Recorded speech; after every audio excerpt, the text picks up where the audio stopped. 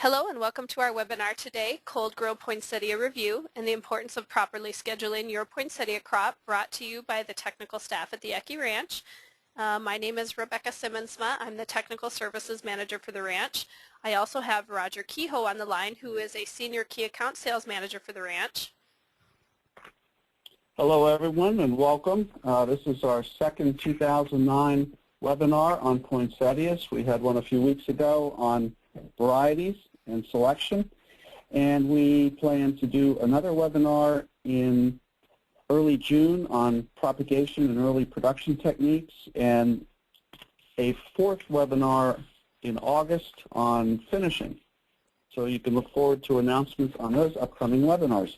Okay, thank you, Roger. We also will have a few webinars in between on various topics, including geraniums, and you'll all receive invitations from me periodically to join us on those webinars. Okay, we're going to go ahead and take care of a couple housekeeping items quickly. For the audio version, or the audio portion, we are now using the VoIP system with GoToWebinar, so you should hear the sound through the sound card on your computer. If you do not, or the quality's not good, you do have the option to call in on your telephone number, and you'll see on the toolbar to the right there's a little bar that says audio mode, and it gives you two choices. If you decide to call in, you have to make sure that you choose the use the telephone option, and when you choose that option, then automatically the telephone number and PIN number will be generated for you. As with all of our webinars that we do, you can hear us, but we can't hear you, and so we definitely encourage questions, as many as you can think of. Don't be shy about question asking. We just ask that you use the toolbar to the right of the screen, and we'll stop periodically throughout the presentation to address those questions. Due to time constraints, if we don't have time to get to your question today, we'll address those questions via email after the webinar. We're also excited to let you know that we now have a new feature on Ecke.com called On Media, and this is sort of our little television station where you can view previous webinars. The webinar that we did 3 weeks ago about planning for 2009 is available there now, and this webinar will be available to view as early as tomorrow afternoon. So it's definitely a great resource. Look for future technical videos and webinars to come on Media, and again, that's at Ecke.com.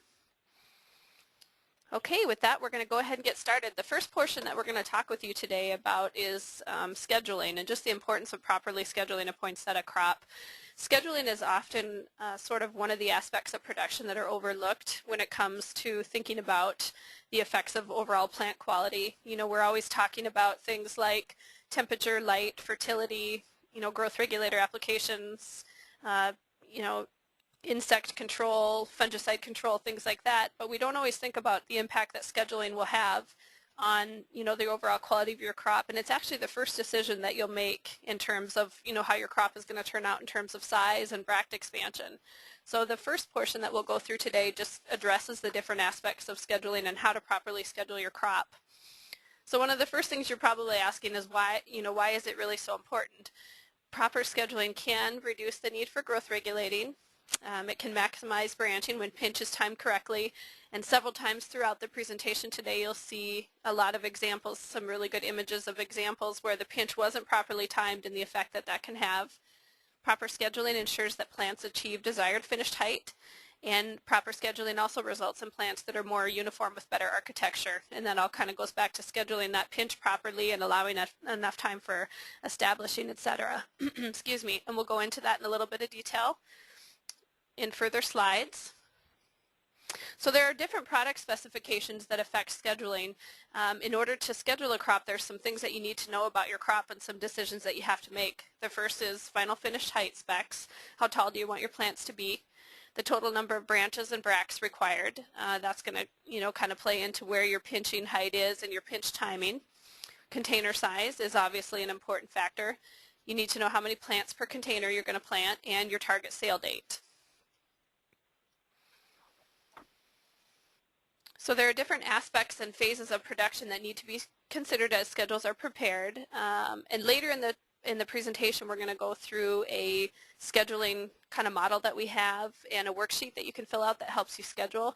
And you're always going to be working backwards, starting from sale date, going through response time to flower initiation date, then the vegetative growth phase, and then the establishing phase and transplant. So when we go through the presentation, it's going to seem like we are working backwards because we're going to talk first about cultivar choice, response time, and work our way down. So cultivar choice is obviously the first important thing that you need to look at. You need to know what the flower initiation date is for certain varieties that you're working with. You need to know what the vegetative growth requirements are and when the pinch date should be for the variety that you're working with, and then you need to know your transplant date. Cultivar choice is the first thing that we need to look at here. A cultivar's natural growth potential is either going to add to or reduce the amount of time required for the plant to achieve final finished height. It's really important to choose cultivars that match the container size, and we will talk about adjustments that you can make later if you're working with a more compact cultivar that's in a larger container size, and it allows you to adjust schedules and allow the plants to size, or there's adjustments that you can make, but cultivar choice is the first important thing. You want to think about that container size that you're working with, and does the cultivar that you've chosen to grow, does it really match that container size well without you having to do a lot of manipulation? Flower initiation dates are the next aspect that really need to be understood well, in terms of properly scheduling. Dates are going to vary between cultivars. A lot of the older cultivars on the market have a pretty consistent traditional initiation date of September 25th, but some of our earlier varieties now have what we call a shorter response time and an initiation date. I will point out that we have detailed technical documents on all of our varieties at ecchi.com, and the flower initiation date is listed, and it's important to understand that because the amount of vegetative growth between pinch and flower initiation is impacts final finished height. So you need to understand when bud set is so you can time your pinch accordingly, or transplant with a case of straight ups. So the next thing that you need to do when you're looking at flower initiation date is determine when your desired market date is, and then subtract the cultivar's response time, and the response time is what we call the time from bud set to anthesis, and that's when at least 2 Cyathea are shedding pollen. That's what we would consider marketable. You may have a different number in mind, but you need to know the response time for that cultivar, and again, that information is listed on ecchi.com. And in certain instances, when you subtract your response time from your market date, it might not always match up to when that plant's natural flower initiation date is, and in that case, then you'll be manipulating photoperiod with some different techniques that I'll talk about in the next slide. Your other option is to choose cultivars that naturally flower within those target market dates. So you look at your sale date and you choose those with response times that naturally set bud without you having to without you manipulating photoperiod. So just quickly here, the response time again is the time from anthesis to bud set, and then what is anthesis? It's when 2 Cyathea are shedding pollen, and again, that's when we would consider plants to be marketable. Depending on who your target market is, you may have a different level of maturity in mind, but that's just a general rule to follow. Temperature also plays a role in when flower initiation occurs. When it's warmer, temperatures may delay bud set. So it's really important to keep plants cool during the last couple weeks of September when plants are setting bud, and especially watch those night temperatures and try to maintain them below 72 degrees Fahrenheit. This is going to mean, if we get a really warm spell, that you're doing things like syringing the plants, wetting down walkways, keeping the soil temperature low, providing good airflow, good relative humidity, all the things that are going to keep that leaf temperature low, so that we try not to delay bud set. But on the other hand, cool temperatures can always bring on bud set early. If we end up with an unseasonably cool weather around those last 2 weeks in September, and it's cool and cloudy, that can trick the plants into setting bud early. And so unfortunately, in some areas of the country, it may mean turning on the heat at night to try to keep those temperatures up so that they don't set bud. Because depending on when your target market date is, if it's pretty critical that you have those plants ready for sale on a certain day, bud set on a certain day is also really critical. So it's just important to remember that we give you these bud set dates with a really clear idea in mind of when they'll set, but it can vary by a day or two depending on temperatures.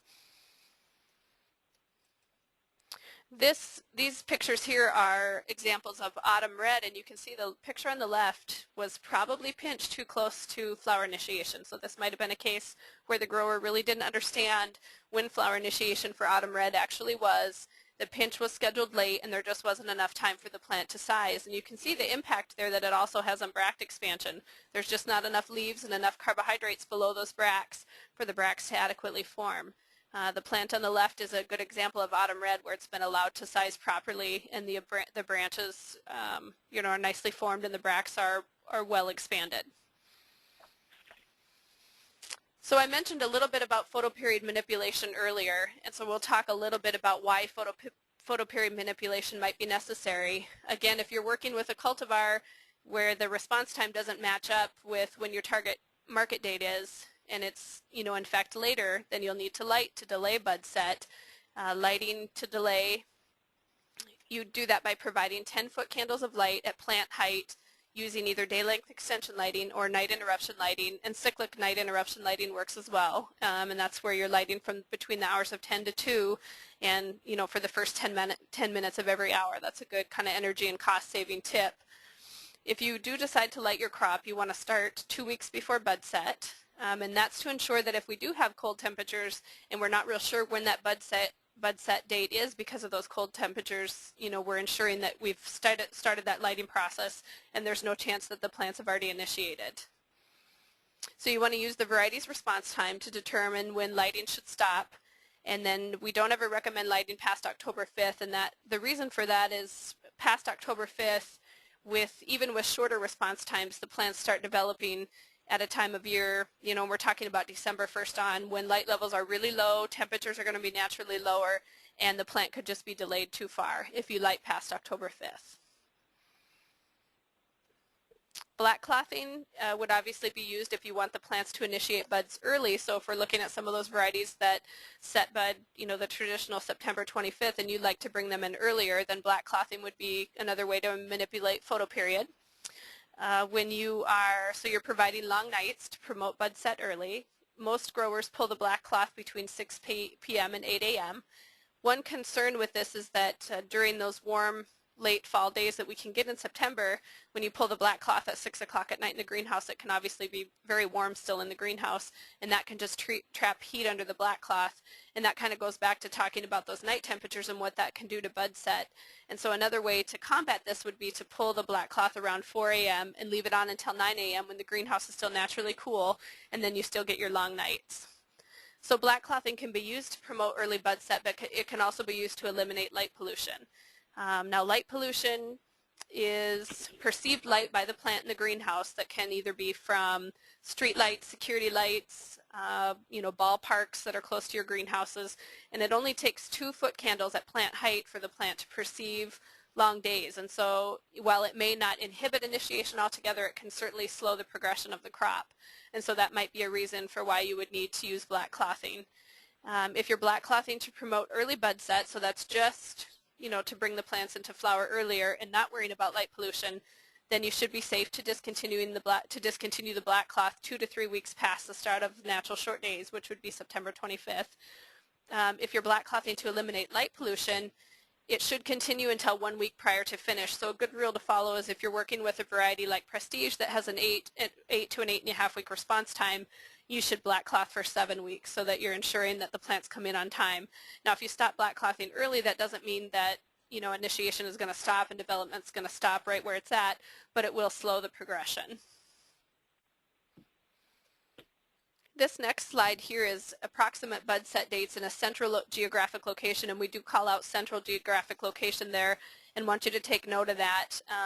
The actual days are going to vary between the north and south by 1 or 2 days, and so in the north your initiation might be a day earlier, in the south it might be a day later.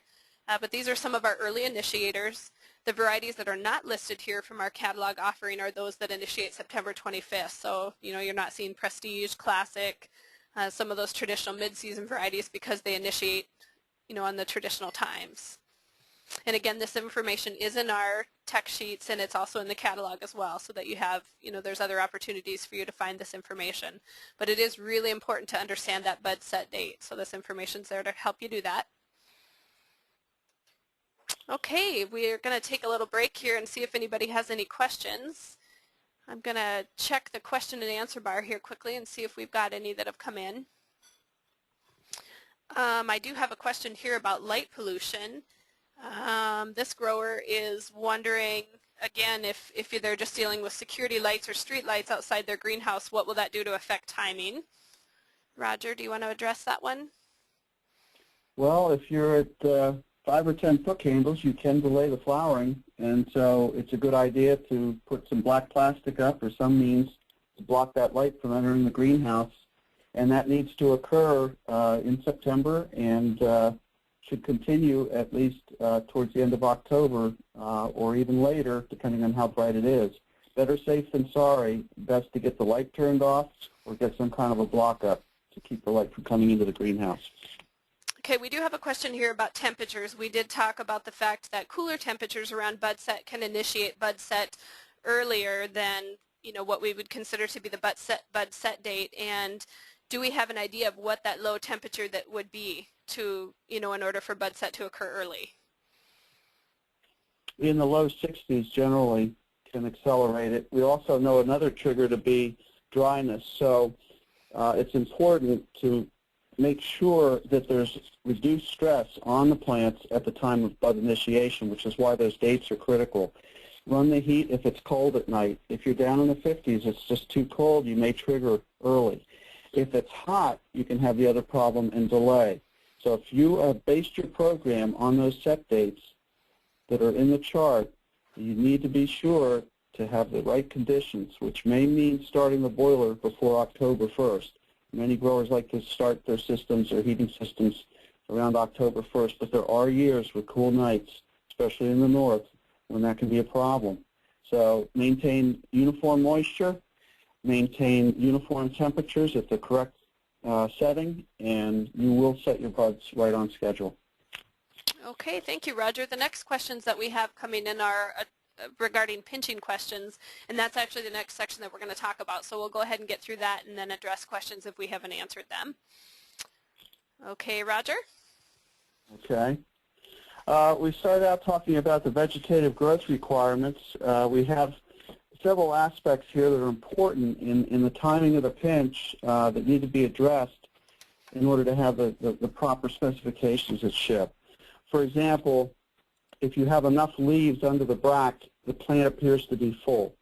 And so it's important to allow enough time between pinch and the start of short days to build enough plant underneath the brack. Okay? You want to have your height is one of the aspects of your pinch timing. It impacts your finished height as well. So it's the number of nodes. Of course, your internode spacing affects height as well, and that's a growth regulator issue. But you certainly want to have enough nodes to give you the adequate height that you need and not have too many nodes that would then require extra heavy applications, a growth regulator. And the other thing is particularly if you're growing like a 6.5 inch, and Rebecca showed a slide earlier of a small plant that was pinched rather late, you don't get enough leaves underneath the brack, then you don't usually get a very big brack. So that not only do you not have the height, but the overall appearance for the pot size isn't very good. So if you struggle in many years to get adequate brack size and height, you're better to err on the side of backing your pinch up earlier so that you get that growth underneath the brack that you need. So the amount of growth between the pinch and flower initiation basically determines your finished height with your internode management. After initiation, the number of leaves plant will produce is set at approximately 7, and that's pretty much a constant amongst all the varieties. Geographic location and the cultivar's natural height potential must also be factored in, and that's where our growth chart tables that are in the catalog and on the website can help identify high, medium, and low vigor varieties and how to plan for those different heights that you need based on the different genetics. And we'll get into some of the details on that in just a few minutes. Okay? In the north, it's important to allow for more production time. We are making recommendations based on the central portion of the country. And in the south, you will reduce some of that production time because you have such good growing conditions that you will size and grow very well even into November in the southern regions. In scheduling, you also have the amount of growth between Okay, good root systems before pinch are very important. I know many growers struggle to have adequate roots, and it's important to allow enough time in establishment to build the root system, get the roots to the edge of the pot before pinch. And if the pinch isn't properly timed, branching may be sporadic and development can be less uniform. So you need to have a good leaf count, you need to have a strong root system, and that's how you'll get those uniform breaks out in time. Okay.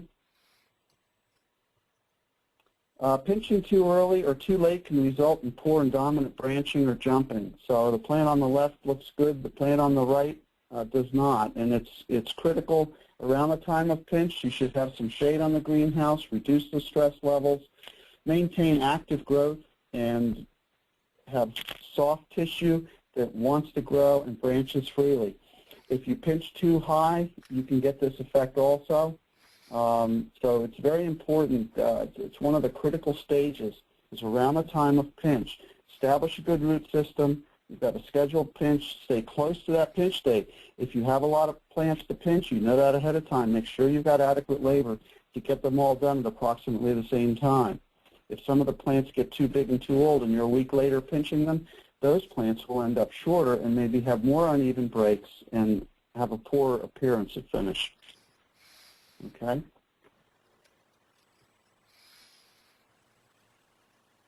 And here's some more results of pinching poorly. The plant on the left has multiple plants, and one plant has dominated a couple of shoots there. You see the big white bracts, and the others are fairly small. And again, that's just poor pinching technique, not uniform in a 3-plant. And on the right, you can see the effects of some of the hardening, and the lower breaks will not get up to the top of the plant, and the plant's steering most of its energy to just a couple of breaks, and they have just stretched out well above the others, so not a good finish there. Next.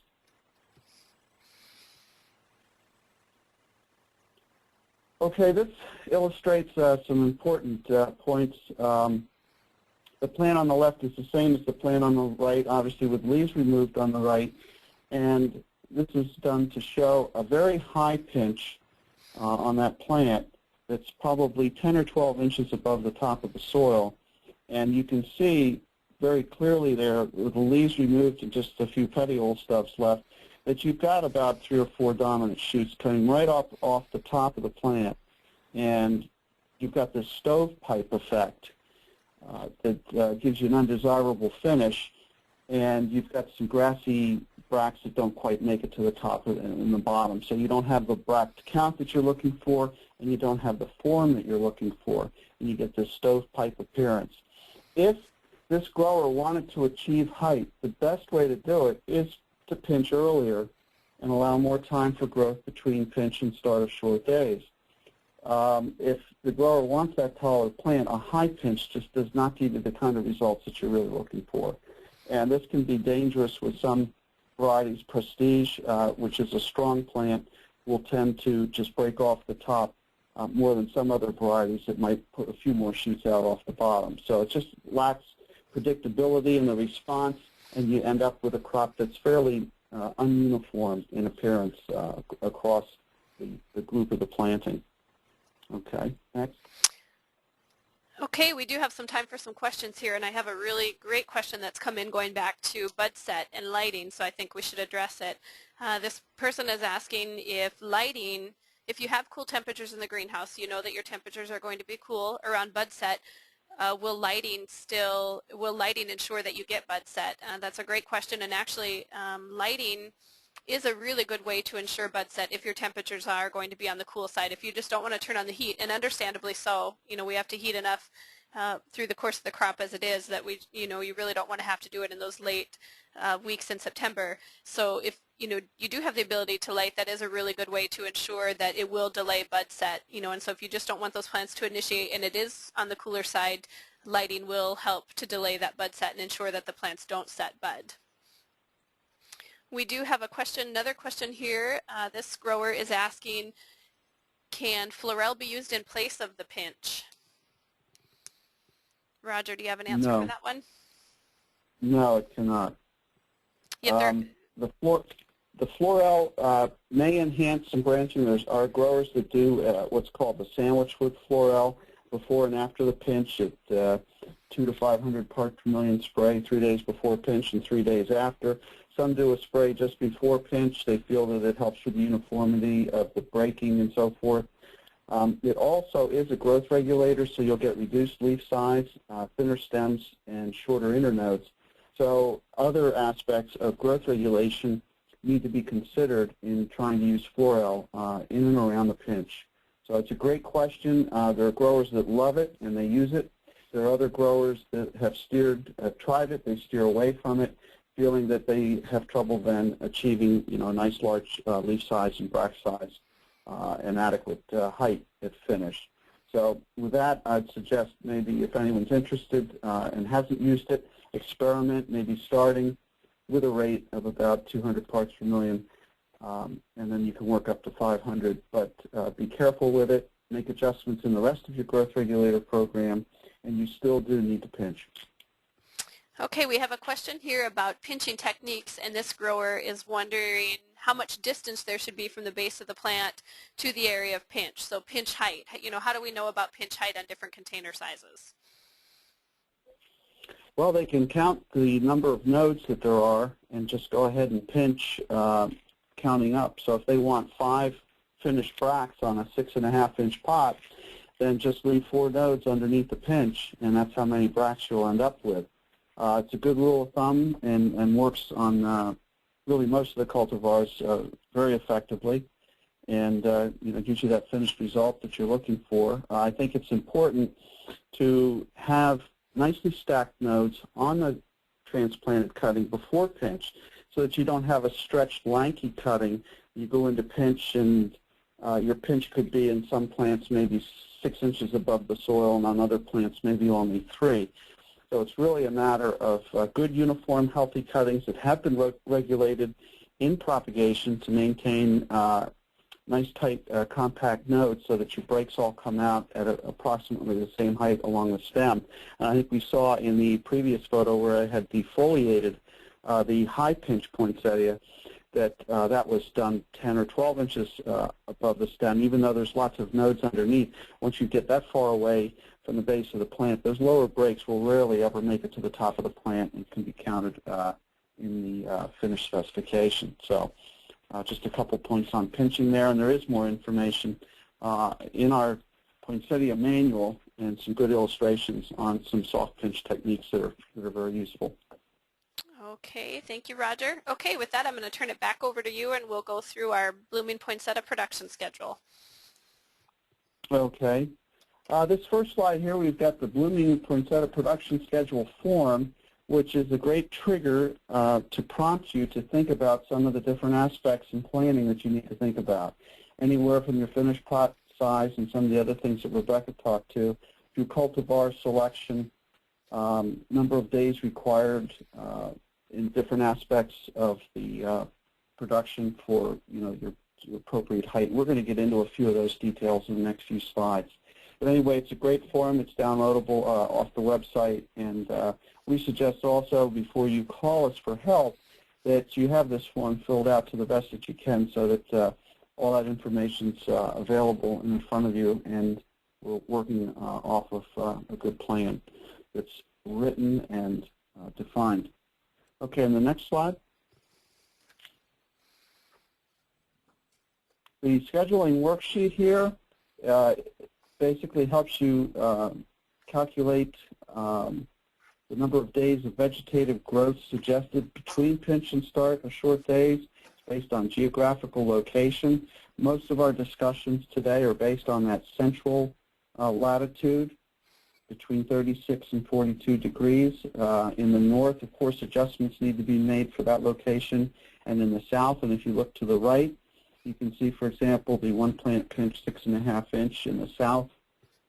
You have 12 days required in the central 16, but you're up to 22 days in the north between pinch and initiation to get adequate plant size and height. So there's a substantial difference, but these are substantially different growing conditions. Okay, next slide. This table is used to make some more growth adjustments. The number of additional days of vegetative growth suggested between pinch and flower initiation as determined by growth habit characteristics. This is another aspect of making the decisions about how much time between pinch and start of short days you need to get adequate height. And it's intuitive to think that a low vigor variety or medium vigor variety will probably need more time to develop the plant underneath the bract before pinch in order to reach the appropriate height. The other factor here would be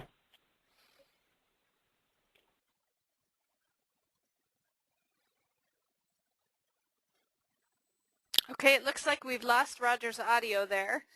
And so I'm going to pick up where he left off, and if Roger, if you can get your audio back on, if you just want to jump in.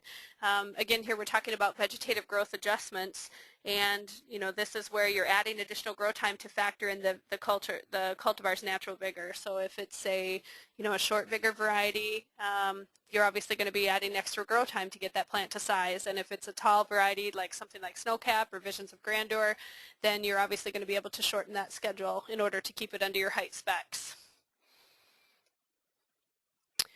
This next screen that we have here on the scheduling worksheet is the establishing requirements required for each different container size. And obviously we talked about how it's really important to pinch before when the roots have reached the edge of the pot and there's adequate root system to support that vegetative growth and good breaks coming out. And so this is some good guidelines to go by here for what's required for different establishing requirements for the different container sizes. So this is something that you would also use in your scheduling worksheet to determine when your transplant date is going to be and when you can time your pinch. Okay, Roger, do we have your audio back on? Okay, it doesn't sound like we do. We've got a few seconds here to address some questions, and so I'm going to go through here quick and see if we can get some questions.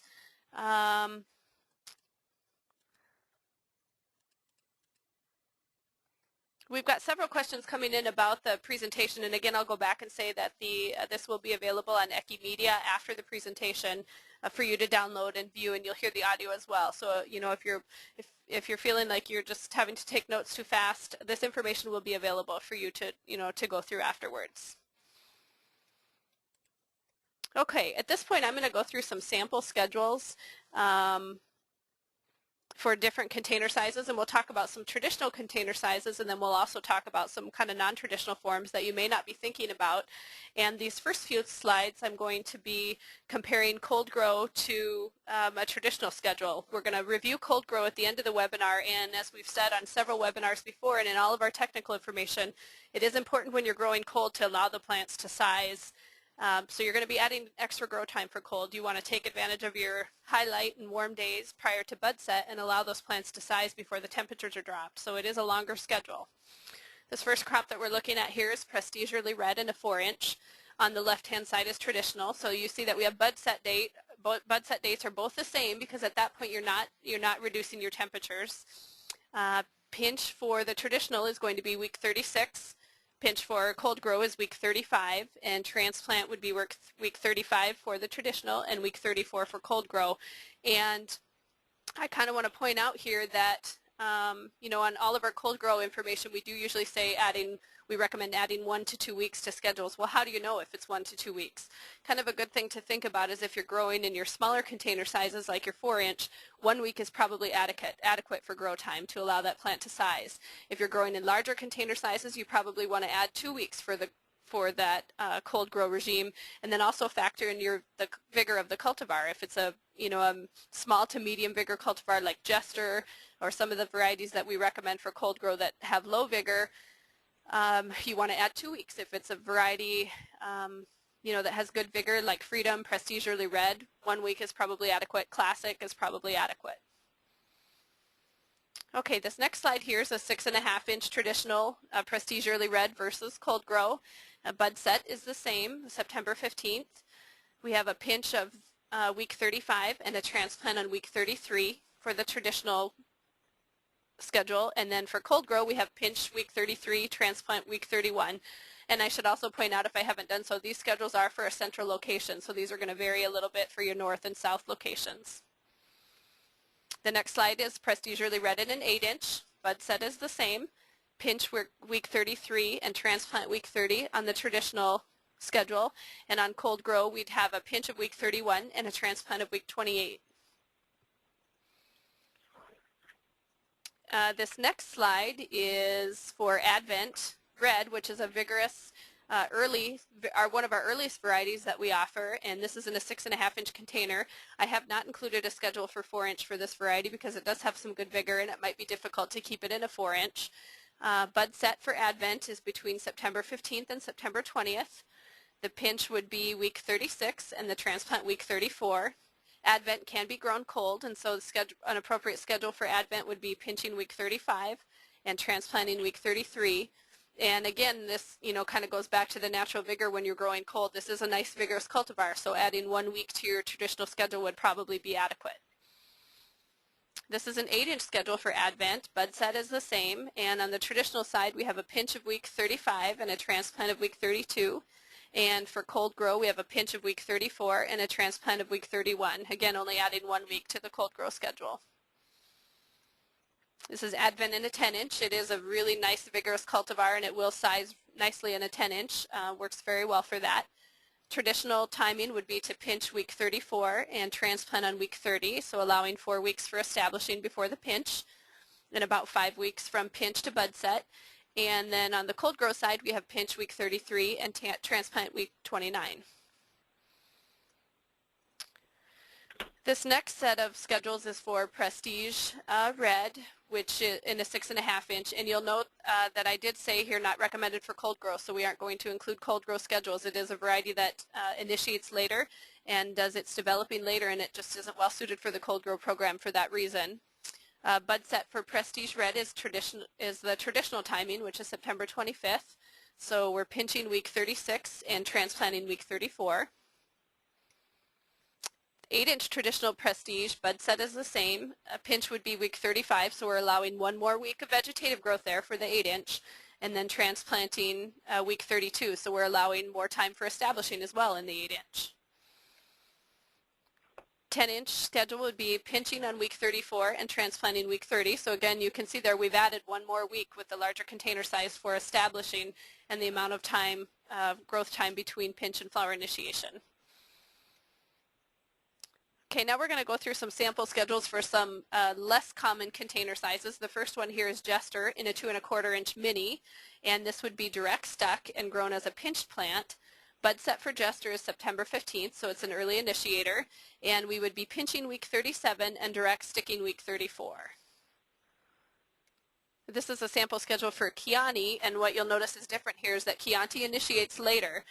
So we're pinching week 38 and direct sticking week 35, and especially on these 2 1/4-inch small container sizes, it's really important to stay, adhere to these recommended schedules and pay close attention to these scheduling for a few different reasons. You're going to have to do some growth regulating on these to keep the Brack size smaller in these smaller container sizes, but also so that that you keep them within the specified height specifications. But also, if you're planting too close to flower initiation on these and you're direct sticking and there's just not adequate root growth before flower initiation, it could inhibit flower initiation altogether or certainly slow it up. So, really pay close attention on these smaller container sizes when you're looking at scheduling and really try to adhere to those. So this is for a no pinch 2 1/4-inch mini, and you can see that we're direct sticking later because we're not allowing time for vegetative growth between pinch and flower initiation. So you direct stick on week 36 with initiation of September 15th. So these are direct stuck approximately 2 weeks before flower initiation when you're not pinching. And this is Chianti again, and you'll see the difference here is that Chianti initiates later, so you can plant a week later, and so we're direct sticking week 37 for initiation of approximately week 39. And to the right here is Chianti wreath using a 2 1/4-inch mini. This is a wreath that we did for our open house this year at the ranch and our trials that we do every year at the ranch, and it's in a 24-inch, kind of wrought iron frame, and these were transplanted at finish on a traditional natural forcing schedule, and we used about 36 plants for that wreath. We do have cultural information available if you're interested in trying a product form like that. Another product form that's out there in the market and increasing in popularity is the single stem product form. This is an example of Classic, which is a great variety for single stem. It's got great vigor, tall, nice stem strength, great architecture, nice big brack. So it makes a really striking single stem plant. Bud set for Classic is September 25th. So we're direct sticking week 33. So you can see that we're allowing about 6 weeks in there for direct sticking in a single stem. If you transplanted rooted cuttings, then you could transplant about 3 weeks later, so about week 36. If you're propagating unrooted cuttings, you'd back that schedule up 3 weeks earlier. So you'd be propagating your unrooted cuttings 3 weeks prior to that, so week 30. This is an example of a mini tree schedule, a 6-inch mini tree. Mini trees are a great product because they kind of still boost that consumer interest, and they're kind of considered an interesting novelty, but it doesn't require the long production time like the traditional double and triple pinch larger trees do. Bud set for Classic is September 25th, and so we're transplanting week 26 with our first pinch at week 34. So it's still, week 26 is the last week in June. So we're still transplanting, fairly early on this crop. But a traditional tree size is transplanted in, late April or early May. So you're still shaving off some production time here. Second pinch is timed for week 37. And then on these tree forms, you're removing the lower shoots prior to the first pinch. Okay, Roger, do we have audio back for you? We sure do. Great. Okay, so we do have some questions here. Let me go down through and see what we've got for questions coming in. We've got some questions that are coming back in regarding pinch and establishing time, so I think we can go back and address those. This grower is commenting that the root systems on their poinsettias are weak. Is the solution to the scheduling, am I not allowing enough establishing time, or is it a cultural issue? Well, it could be both. Certainly allowing enough time for that root system to develop is important, and we have that table that we showed earlier that indicates what the correct time is, depending on the pot size. But the other thing would be to maintain good growing conditions and get the roots out. We suggest a good balanced feed program, including phosphorus, which helps the root system. And don't just rely on a dark weather feed without any phosphorus in it. Stretch isn't usually a problem at that stage, and you can build a better root system if you maintain some phosphorus in there. You want a good well-drained medium too, because it's summertime. You can water, keep it wet, but you need a media that will drain down later, allow enough oxygen as you get later in the cycle, and help reduce Pythium. So just a good peat-light mix tends to work very well in drainage and supports a good root system. Another reason you could have root problems would be disease, Pythium or something, Rhizoctonia early in the process can impact the roots, and the other thing would be poor leaves at the top of the plant. If you've lost a lot of leaves in propagation, it's hard for the plant to drive a good root system out to the edge of the pot. So there are cultural aspects. We will talk about some of those more in future webinars, but for scheduling, certainly make sure that you got enough time for that root system to develop in the pot before pinch. Okay. All right, with that, I'm going to turn it back over to Roger, and we're going to talk about propagation schedules and how you need to factor in propagation timing if you're using URC cuttings. Okay, with URC, you'll want to add 4 weeks to a production schedule. So if your production schedule starts at the time of transplant, you need 4 weeks to root the cutting in a liner. Most cultivars need a good 4-week propagation cycle. Some growers will use a preform medium for rooting, and they say that they can transplant in 3 weeks. That's okay, but you still need time for that root system to develop and fill to the edge of the pot. So you'll probably find 4 weeks should be added to the schedule in any event. If you direct stick, you can save about 1 week, and so you would add only 3 weeks to the production schedule.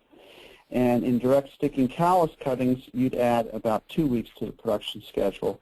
So basically, you can look at it this way and say that the callus cutting saves about 2 weeks in production from the URC. Okay? Next slide. Here we show different cutting forms and sizes that we have available from the unrooted cutting. We do have 3 sizes of unrooted cutting in many of our varieties. We have the callus cutting, which comes, as we just discussed, and saves about 2 weeks in production. You don't need an elaborate mist system for this cutting. And you can do some hand misting, get the roots out, and it roots up very quickly. And easier yet is the rooted cutting, which doesn't require mist at all and takes off quickly after transplant. And we also offer a pre-finished product that saves potting and pinching and some more of the cultural aspects. So we can help with scheduling on pre-finished and any of these product forms if you need. Next slide. So there's different reasons you may need to adjust your schedules. For example, if you have a lower, bigger variety like orange spice and you want to grow it in a larger pot, you need to add time, vegetative time from pinch to initiation to get that variety enough time to size and get enough nodes under the brack to give you the height. If you have a small pot, like you're trying to grow a classic, which is a medium to higher, bigger variety for us, in a 4-inch pot, then you should reduce the time from pinch to start of short days to reduce the number of nodes and help keep the plant short. So you may also have space constraints in the greenhouse for your scheduled planting date.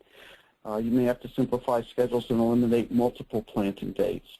So there's different reasons to adjust the schedules, but you have to understand the impact of late spacing and some of the other growing techniques that impact your finished height and need to be addressed in the scheduling process.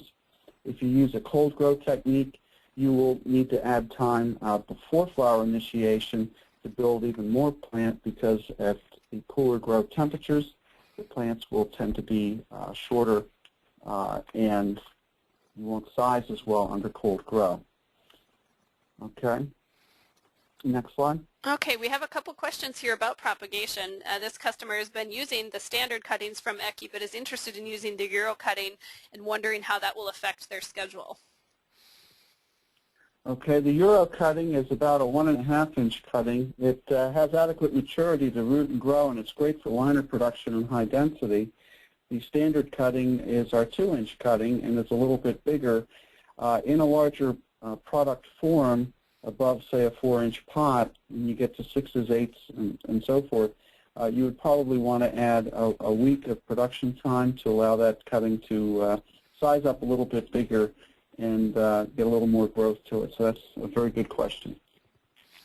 We also have a question here about availability of our callus cuttings and if all of our cultivars are available as a callus cutting or if it's only certain varieties. No, they are all available. Okay. Okay, I'm going to turn it back over to you, Roger, and we're going to talk about varying growth rates, even on proper schedules. Okay, factors that may affect the growth rate include fertility, and I just mentioned that. High levels of phosphorus and ammonium fertilizers promote stem elongation. Not bad to have good levels early in production, but as you are finishing, you can get internode stretch in October or November if those levels are too high. Spacing is critically important. Getting your plants to final spacing will really ensure a much higher quality crop. So if you are planting and you should space by October 1st, if you wait until October 7th to have your final space, you will impact the quality of the crop significantly. And of course, temperatures are very important also. Maintaining the correct temperature through the month of September to help with the bud set is critical, and to have the correct temperatures for cool finish and so forth need to be monitored. One of the tools that you have to help with monitoring your height and scheduling is the height tracking, and we'll take the next slide.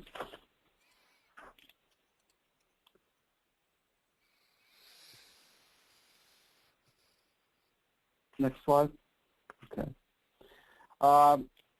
This gets us to a point that we saw in 2008 versus 2007. We've mentioned this before in other webinars.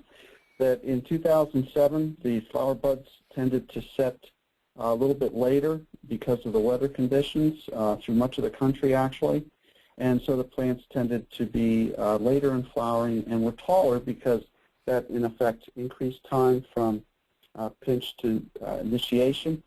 And in 2008, this past season, we had just almost the opposite occur, where the temperatures were cool, buds were set a little bit earlier than normal, and unfortunately also many growers have made an adjustment coming out of 2007 where they had targeted to shorten their vegetative phase of growth, and their plants came in a little bit too short in 2008. So we went from a year of the need for growth retardation in 2007 to actually looking for ways to use gibberellic acid to extend the growth and get more height in 2008. So again, can't overemphasize the importance of watching those initiation dates and doing everything that you can to maintain the correct temperatures and good non-stressful conditions at the time of flower initiation. If you're in the south and it's hot, syringing the plants during the day, keep the leaf temperatures down, can help maintain shade on the greenhouse, helps keep the temperatures down also, so you may need more shade when it's hot in a hot year than you would in a cooler year. There's still plenty of light, won't impact the plant quality. You got plenty for photosynthesis, but high temperatures are very damaging and can delay the flowering. And on the other end, you've got cool nights sometimes occur in August and September, and it's important to maintain those temperatures adequately, especially at the time of initiation. We also have a tool, the Brack meter, that you can use to help control your timing and bring the crop in on time. And Rebecca will be talking about the Brack meter. We have the on-target height tracking program available at our website. This allows you to upload images of the crop into the system. You can track your growth regulator applications. It's easy to print graphs. And an added feature is it works off of our server so that if you call technical service and you need help with the graphs and planning, we can actually look at the graph while you look at it and work through on a variety-by-variety basis with you and make adjustments as you need to. So save that information year after year, and that's the best way to do scheduling, is to make those adjustments based on your conditions and what you see year in and year out. We also recommend taking lots of pictures. A digital camera from the time of first color initiation in early October on some varieties, right through blooming. Get weekly photographs with the name of the variety and the date stamp, and save that information year after year. You'll be glad that you did. You'll be able to make those adjustments, either planting earlier or later, and you can also make some good and better decisions on growth regulator applications if you can have a good visual recording of what you've seen in past seasons. Okay, next slide. Okay, thank you, Roger. We don't really have any questions that have come in here new regarding the last slides that we covered, and so with that I'm going to jump into the cold grow review that we've promised. Again, you know, one of the most important points that we're talking about today is scheduling, and the fact that if you are trying the cold grow technique this year, you do want to add time to your schedule. You know, so look at that vigor of the variety that you're working with and decide if it's going to be 1 to 2 weeks that you're going to add. But that is, you know, it is really important to take advantage of those natural warm temperatures and good light levels, you know, that are free in your greenhouse when you don't have to heat, and bulk that plant up before growth slows pretty significantly once you start that temperature reduction. And I want to show some examples here. This is Prestige Early Red that was grown cool with no additional grow time. So you can see that this grower is going to had trouble getting the plant to size. Leaf expansion is not great, and those bracts are probably going to expand out a little bit more and they're coloring up, but there just wasn't enough time allowed to bulk the plant before those temperatures were reduced. And this next slide here is a picture of Prestige Red and Prestige Early Red side by side, grown on the same schedule. So those Prestige Early Red were finished on the same schedule as Prestige Red, and probably grown cool, and you can see that the Prestige Early Red, there is some size issues there. The Prestige Red is going to size more than the Prestige Early Red did. So this is just an example of paying attention to those bud set dates and seeing that these two varieties initiate at different times and need to be planted on different schedules. And again, I'll just point out that all of our scheduling information is available at ecchi.com. So you don't have to memorize bud set dates or anything today. Just know that you can find that information at ecchi.com. Just a brief review of our cold grow varieties. We have Advent Red, Early Joy, Freedom Early, Jester, Freedom, Festival, Prestige Early Red, Autumn Red, Gala Red and White, and Shimmer Surprise in Pink. And we do offer an extensive list of colors that can be used for cold grow. Those novelty colors are important, you know, in that mid-season market that you're going to be selling those cold grow varieties. And we do have a number of different colors that you can choose from, including Freedom Peppermint, which is a new Freedom type that we offer. That's a good peppermint, good strong peppermint to think about for your cold grow program. It performs really well. So we're going to go through the cold grow temperature regime and give a brief overview of this. And I'll point out again that this information is available on the website, detailed technical information. October 1st is when we start our temperature reduction for cold grow, and at this time we want no less than 60 degrees Fahrenheit. It's really important not to drop those temperatures too early because, you know, if you drop temperatures too early before the plants have reached a certain set of maturity and those plants are at a certain point in the development process, you will slow that process pretty significantly. So at this time we still want to be taking advantage of warm days, you know, and unfortunately it may mean running the heat a little bit at night, but we don't want the temperatures below 60 degrees at this point. In November is when you can start to drop your temperatures between 55 and 60 degrees, and I want to point out it's really important not to push the envelope here and try and go below 55 degrees Fahrenheit. That's just too cold for a poinsettia plant. Growth actually stops, and you can actually have chilling injury on this crop below 55 degrees. So I know it's tempting, even if the plants have reached a certain set of maturity, but we really don't want to see you drop the temperatures below that point. During this time, you want to take advantage of the natural heat on sunny days, you know, so let your greenhouse warm to wherever it's going to be, just making sure that the plants aren't under any heat stress or stress from high light at that point if it's warm in the greenhouse. On cloudy days, we want to try to see that set point for the temperature be at 75 degrees with the goal here to maintain an average daily temperature of 62 to 65. So, you know, if you've got your night temps at 55 and your day temps at 75, you're getting your average daily temperature there of 65. But, you know, again, that might mean on really cool cloudy days, that might mean running the heat a little bit during the day to try to maintain that ADT. But that's really important for Brack expansion still and for the development process to continue to progress. So by mid-November and December, the plants have reached the mature stage and they're ready to drop temperatures to what we would call holding temperatures. And this is where you're achieving an average daily temperature of 60 degrees. So the same night temperature, 55 degrees. Still, we don't want you to go below 55 degrees, you know, but your day temperatures are going to be cooler. And at this point, it's really important to monitor the moisture levels in the greenhouse, make sure that you're not keeping the plants too wet, that the relative humidity is low in the greenhouse, because at these cooler temperatures, things like root rotting and botrytis can definitely be a problem. The plants are going to take longer to dry out. The air is naturally going to be more saturated just at the cooler temperatures, so you want to make sure that you're providing airflow, you know, good airflow, making your preventative fungicide applications for things like botrytis.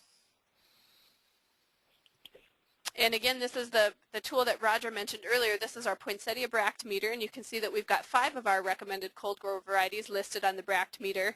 And it's very simple to use. Across the top, you can see your days to market, and across the column to the left, you can see your average daily temperature. So if we take a variety like Advent Red on the top, and we know that we have 20 days left to market, we look at the calendar and we see that we need that plant ready in 20 days, we can go back across and see that we need to be running our average daily temperature at 60 degrees. You know, if you find out you need them earlier, then you can look across and see how you need to warm those temperatures to speed the crop up, or you can slow it down if it looks like you're not going to get them out the door when you'd hope to.